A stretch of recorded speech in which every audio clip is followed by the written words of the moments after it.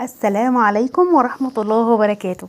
النهاردة بقى عاملين كده عزومة، بصي بأصناف هتعجبك جدا، أصناف كده كلنا عارفينها بس بطريقة مختلفة.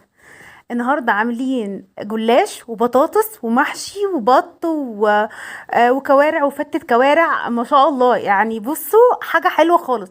بس لا البطاطس بالشكل التقليدي ولا الجلاش بالشكل التقليدي ولا حتى المحشي.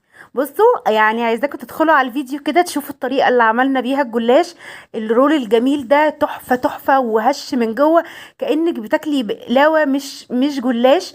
والبطاطس المحشية لحمة مفرومة دي، عايزة اقول لكم الشكل ولا الطعم ولا الريحة، كنت عايزاكم بصراحة تشموا الريحة معايا كده وتدوقوا. والبط بقى بخلطة كده تحفة خالص. عايزاكم بقى تخشوا على الفيديو ان شاء الله وتشوفوا الطريقة. وعملنا الاكل ما حضرنا لهوش بيوم ولا اي حاجة.